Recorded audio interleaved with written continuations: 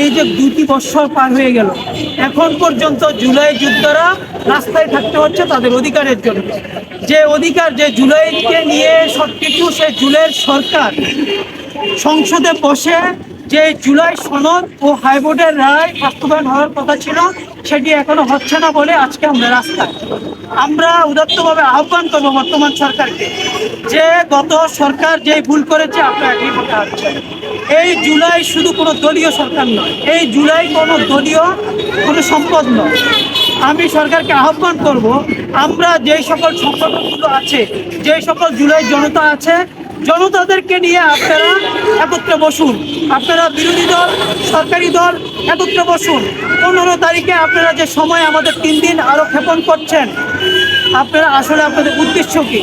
আমি উদাত্তভাবে আহ্বান করব, এই 3 দিনে আপনারা যাতে আপনাদের ইলেকশন ইঞ্জিনিয়ারিং যেমন হয়েছে, তেমনি এই জুলাই সনদ ও জুলাইয়ের হাইকোর্ট অধ্যাদেশ বাস্তবায়নের যেন আর কোনো ইঞ্জিনিয়ারিং না হয়।